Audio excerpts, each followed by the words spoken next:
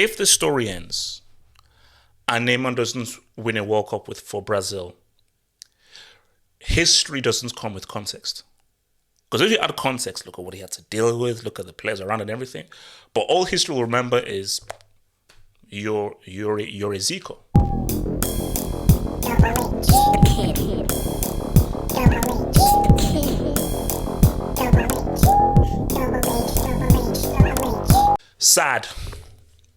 Sad. I think it is crazy that we're living in a world where the Brazilian jersey is no more feared. These jerseys here, that's yellow is no more feared. Because see, growing up, Brazil meant something. That jersey meant something. Seeing that team and those sets of players take to the pitch, it meant something. It's instilled a particular fear into the hearts of opponents. And in 2023, that ain't the same. You see, people want to just say to themselves that what happened? What started the decline for Brazil? Because again, this may be a crazy thing. Since the 0-2 final, Brazil have not beaten a European team in a World Cup knockout game. Think about that. Since 2002, Brazil have not beaten a European team in a World Cup knockout game. So you say to yourself that where did this all start? What was really the catalyst for all of this? And I think, you've got to look at 7-1. And I remember at the time of 7-1, I said that this would be, that 7-1 is going to be long-lasting. This is going to have a long-lasting effect on Brazil. Because to get devalued, dismembered, colonized, reinstated, reinstalled, logged off, logged in, hacked, and test tubed by Germany in front of your own fans, it has some serious psychological ramifications. But you see that it's deeper because we had a very interesting convo on the Hangouts, and I wanted to say, okay, what is the issue with Brazil now? And I said something that a bit controversial. I like just putting out controversial takes just to test the waters. And my controversial take was, we're living in the world of systems. And we saw that at the World Cup. Systems against systems. And because we're living in the world of systems, the gap between the big teams and the small teams, they've now shortened it down. So Morocco can get to a semi-final of the World Cup. Japan can beat Spain. Japan can beat Germany. So I think what you now see now is it's a world of systems. So you need a manager. The manager is king right now, and the manager is far more important now than at any moment throughout the history of football. So you take that to mind and you say to yourselves that, and this is my crazy take, Brazil can't win a World Cup playing and being slaves to a system. It's a crazy take. Because guys say, oh, no. Brazil, they need a proper manager, a proper tactician, and so forth. I'm like, no. I feel that you have to be within your culture and win through your culture. And for Brazil, the issue you have is the talent pool ain't there. And because the talent pool ain't there, it is going to be very difficult for them to not say anything, because the mistake people are making is, okay, get a tactician, get a Pep, get a Carlo Ancelotti, get a Mourinho, and get them to be tactical. Fine, but you can't beat the Europeans at their game. So you bring a European to obviously instill European tactics into a South American team. And once these guys go up against a European team, they will lose. Same thing happened with Dunga. Yes, Dunga is from Brazil, but Dunga trying to make Brazil Catenaccio in 2010 and tried to make them defensive. What happened? They came up against the Netherlands, and the Netherlands were like, yeah, we know this, and we'll beat you. Whereas every other time before, Brazil beat the Netherlands by being Brazil. So, because we have to now look at Neymar now, because I've always said, Neymar, you need that Copa America. You need the World Cup. Forget the Copa America. You need the World Cup, you need the World Cup, you need the World Cup, you need the World Cup. But I think this might be the first time where I might say to myself that, is Neymar really unlucky that a player of this talent is born in an era of Anthony and Richarlison. Because there are only two players of this Brazil generation that could even sniff into that 98 team, that 1970 team, or that 02 team. And that is Thiago Silva and Neymar. Thiago Silva and Neymar are the only guys who could make that team. See, for Neymar, it'll be hard because you ain't displacing Rivaldo, you ain't displacing Dino, are you displacing Garrincha, are you displacing... So that'll be hard. But he could make a strong argument to make that team based on just how talented Neymar is. Thiago Silva is one of the best defenders I think we've seen. There's an argument to be made in that he's probably the best defender, pound for pound, in terms of a pure defender of his generation. Pure defending. Forget the bells and whistles on the goal scored. Pure defending. You can make an argument that he's one of the best defenders of a generation. And I think, in my view, he's the best defender Brazil have ever had. In terms of a pure defender, he's the best defender Brazil have ever had. So, but you look at Brazil now, and I look back at before the World Cup, and when guys said Brazil are the favorites, I'm like, okay, why are Brazil favorites? Oh, but look at this place. I'm like, shh. Can we have a real conversation? Let's have an uncomfortable conversation right now. So Neymar, he's spoken for. Richarlison is garbage. It is an insult that Richarlison is allowed to wear the number 9 jersey, a jersey worn by the likes of Luis Fabiano, by the likes of, he did it, but it is crazy that Richarlison is a Brazil striker that is now supposed to follow into the lineage of a Romario, a Luis Fabiano, a Ronaldo. I think that's an insult, and I think that's a cardinal sin. You could even throw in Socrates in there. Rodrigo is decent. Rodrigo isn't as good as Bebeto. Rodrigo isn't as good as Rivaldo. He isn't as good as Dino. Vini, who we argue he's probably one of the best players in the world. One of the best players in the world. But Vini is one of the best players in the world in today's world. Vini can't lace the boots of Romario. He can't lace the boots of Rivaldo. He can't lace the boots of Dino. And I'll keep it a stack. Is Vini better than Denilson? Like, I'm going there. Is he better? Is he? So I'm willing to ask the question, is he better than Denilson? He's not even in the same ballpark as Romario, Bebeto, Dino, Ronaldo, all those dudes. So if Neymar's wingman is Vini, who we say is not on the level of a Bebeto, a Ronaldinho, what's he supposed to do? Because see, Ronaldo could look, oh, I've got Rivaldo. Could look, oh, I've got Dino. Could look, he has Romario. Pele can look, oh, I've got Garrincha. The other guys, Zico can look, oh, I've got Socrates there. So the reality is, this Brazil team and these sets of players, they're not as talented as you think. So maybe where people were coming from for the World Cup is, okay, they are talented in terms of the talent pool in today's world. But in general macro terms, they ain't saying nothing to the Brazil guys. Hence why, when I looked at them, I'm like, no, this is not the Brazil team to be taken seriously. When I look at Ronaldo, Rivaldo, Dini, I'm like, okay, these are guys who you fear. Who the hell is afraid of Vini? You respect Vini as a quality player. You're not afraid of Vini. You're not afraid of Rodrigo. And you spit in the face of Richarlison. Pause. But you see Romario, you see Ronaldo, you see Rivaldo, you see Dino, you're scared. Bro, go look at the 90s World Cup Brazil against Scotland. Bro, those Scottish defenders, they were frightened. They were frightened when you just saw the freak of Ronaldo coming towards them. So, you say to yourself that, what do you do?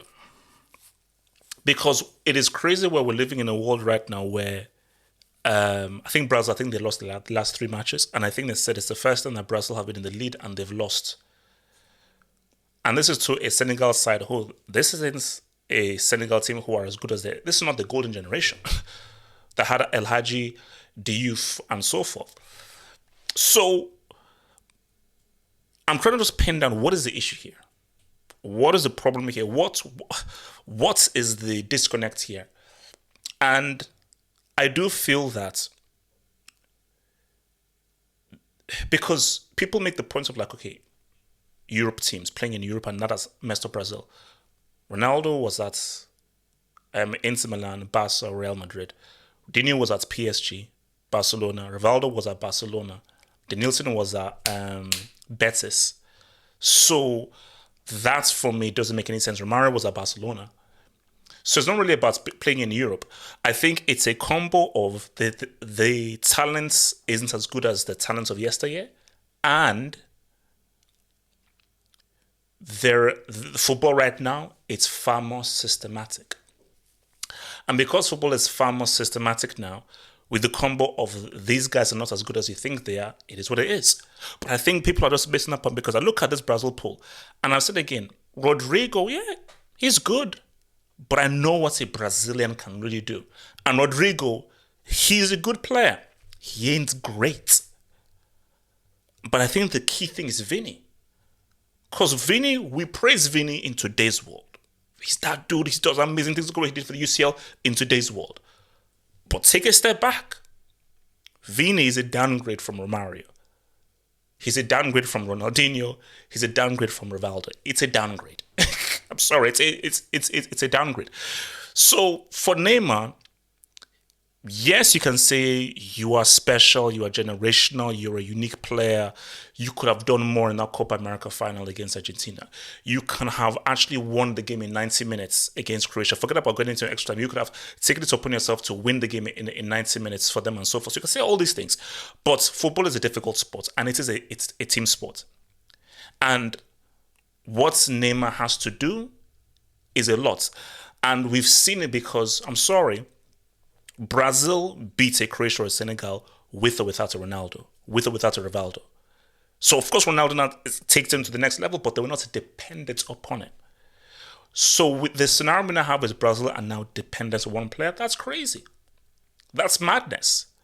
And it's poetic because it comes full circle to how we started this video. All roads lead back to 7-1. Because I think after 7-1, the mystique of Brazil is ended. The mystique is gone. And when you now go into tournaments right now, you're not afraid of Brazil, which is crazy. Because prior to 7-1, you were afraid of Brazil. That jersey, it meant something. It was a statement. But we're living in a world right now where the jersey doesn't mean anything. It carries no weight. It carries no weight, which is crazy. Which is crazy. So,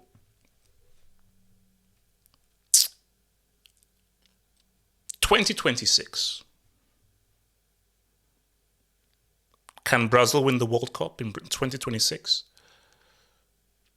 No. That's the answer. And I'm not going to do the cowardly thing of like, well, you don't know what will happen and everything. Brazil cannot win the World Cup in 2026. Because each time Brazil have won the World Cup, there's been that truly outstanding player and other quality players around them. Because be very clear here, Brazil cannot win the systematic way. Brazil is ordered chaos. That's what Brazil is. So if you now come and try and micromanage, be very tactical and strategic, you can't beat the Europeans at their game. That's what the Europeans do.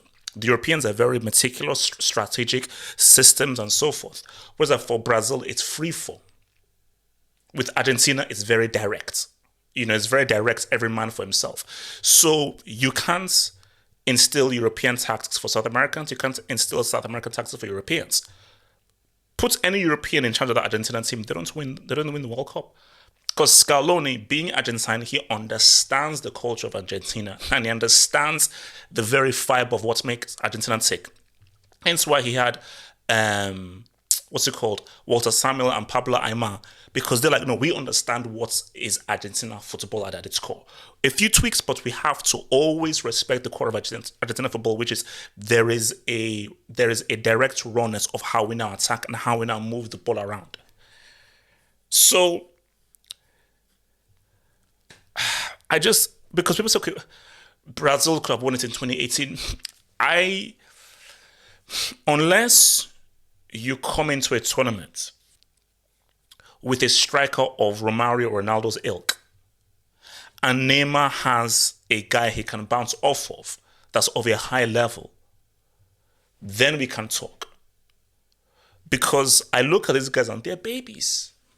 They're babies. I look at, Vini, Rodrigo, Richarlison, Anthony, Paqueta, they're babies. they're babies. I know what a Brazil team is supposed to look like, and I know the emotions they're supposed to evoke in me. And these Brazilian guys, they do not. So I do feel sorry for Neymar. Yes, on the one hand, it's good, get it done. You're amazing, you're generational, figure it out. But on the other time, Ronaldo did have Dino. Pele did have Garrincha. So, and for Neymar, yes, these players are good, but they're not those dudes.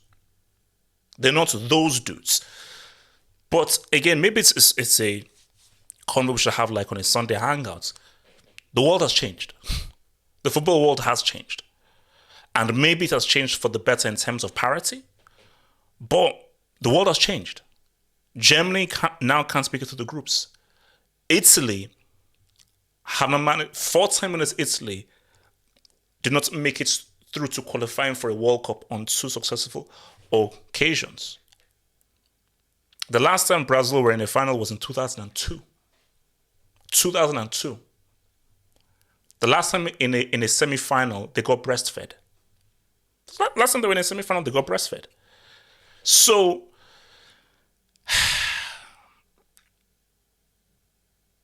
it's sad, man. Because I'll end it with this.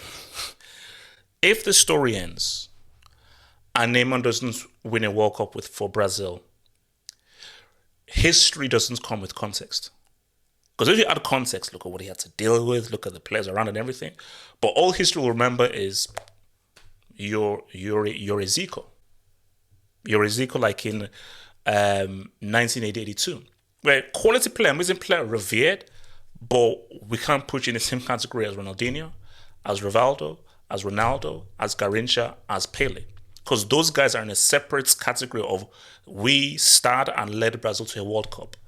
So all history remembers, Neymar, talented player that never led them. So it doesn't matter how many goals he scores. It doesn't matter how many things that he does. If you're a Brazilian of the talent level of Neymar and he didn't lead Brazil to a World Cup, history will remember, unfortunately, without the context of Richie Rich, that you ultimately failed as a Brazilian superstar, which I think is unfortunate because of the era that Neymar was born in with the kind of group he was in. Because you put Neymar in that Kaká, Ronaldinho, Rivaldo era, he cooks and he's a legend. But it is what it is. Support the kid by becoming a Patreon member. Your support on this platform would really be appreciated. And as a thank you, gain access to some exclusive content crack for you all to enjoy. And you can also take a little bit of a sneak peek at videos for free just to get a vibe of the content you will get on there. Choose your tier and enjoy that content crack on patreon.com/halfhope. We ride!